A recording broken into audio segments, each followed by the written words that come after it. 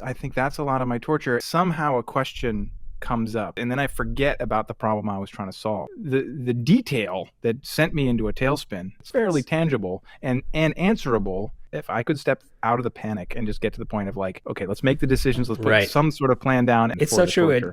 Sometimes I will pull in Rebecca for a question. Sometimes there'll be these streaks where I just am pulling her in for too many things, and it's just the act of thought partnering off someone else. Yeah. And it's someone sensible or someone who sort of gets it and is sort of like, oh, well, between those two options, I would go this way. And it's just like, it's like the greatest gift when someone gives you that kind of direction. I know. And it might have been a decision you could have made yourself, but for whatever reason, you had tied yourself in knots, and then you articulate it out loud, they reflect it back, and then you're off and running.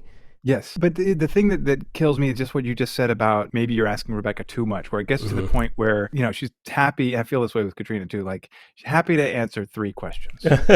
When it gets into 7, she starts being like, all right, dude. And then, but like for me, what I really want is the thought partner. And on about 150, somehow I turn it into 150 life or death sort of decisions that need to be made for every little thing. It's like, you think I should say something like this? But okay, well, now that you've answered that. But we don't even know, like, we don't even understand it from a high altitude enough to warn them to be like, listen, I've got 140 questions. It's just like, I've got one question. They answer that and they're like, oh, in 150 parts. Yeah, 150 parts. But you didn't know that. You didn't know that. You asked the one and that led to the next obvious question.